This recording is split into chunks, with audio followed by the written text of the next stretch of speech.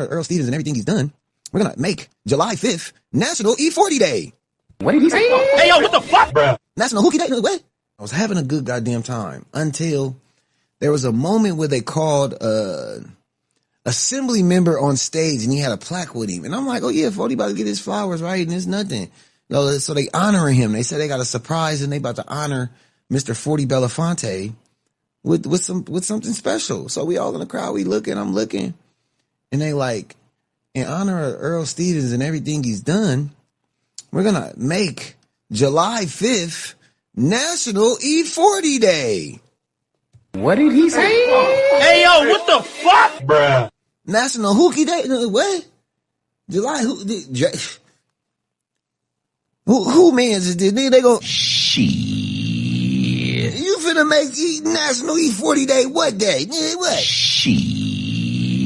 Never in America is you finna sit up here and sit your ass on stage and tell me that you finna make July 5th Dre Day E-40 Day? Huh?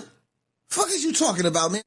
This shit had me so motherfucking mad, bro. July 5th, Earl E-40 Stevens. Hey, area! California. I'm counting down for you. Okay, because I counted down, I want everyone to say out there area, all right? 1, 2, 3. Hey, area!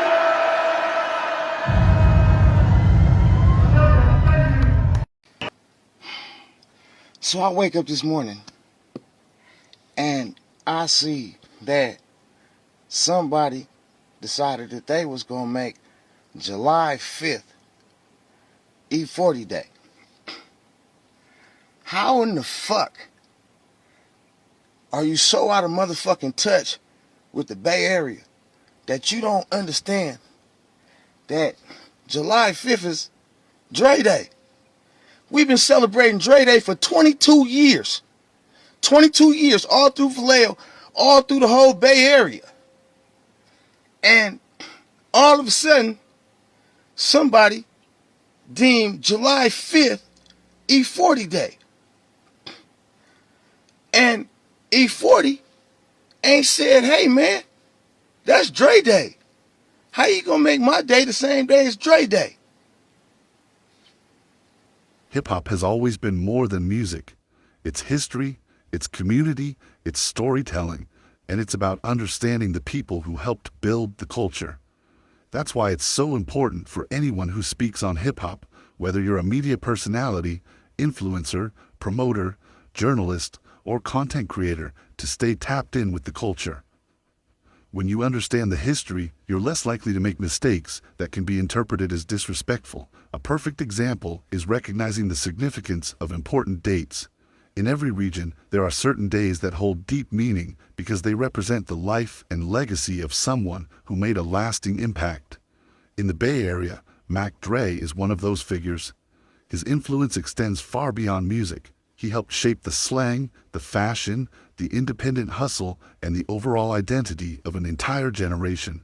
His legacy is still celebrated years after his passing. Because of that, knowing the difference between Mac Dre's birthday and another date set aside to recognize a different artist or public figure matters.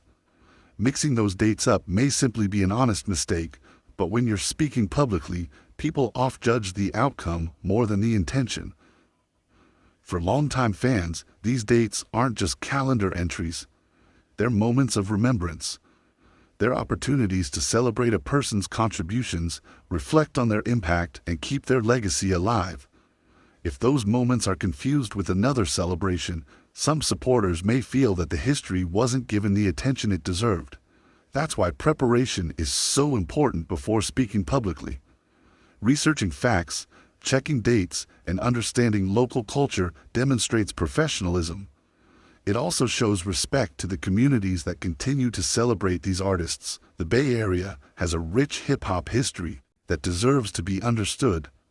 Artists like Mac Dre didn't just make songs, they helped establish an entire movement that influenced music across the country.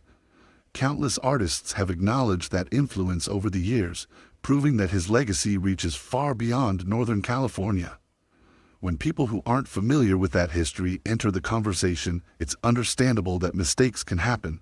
The key isn't pretending to know everything, it's being willing to learn. Hip-hop has always respected people who study the culture and give credit where it's due. Fans also play an important role in preserving history. They attend celebrations, share stories, introduce younger generations to classic music, and make sure influential artists are never forgotten. That's why many supporters are passionate when they see facts presented incorrectly. Their reaction often comes from wanting to protect a legacy they care deeply about. At the same time, it's worth remembering that not every mistake is intentional. Sometimes a simple correction and acknowledgement can go a long way.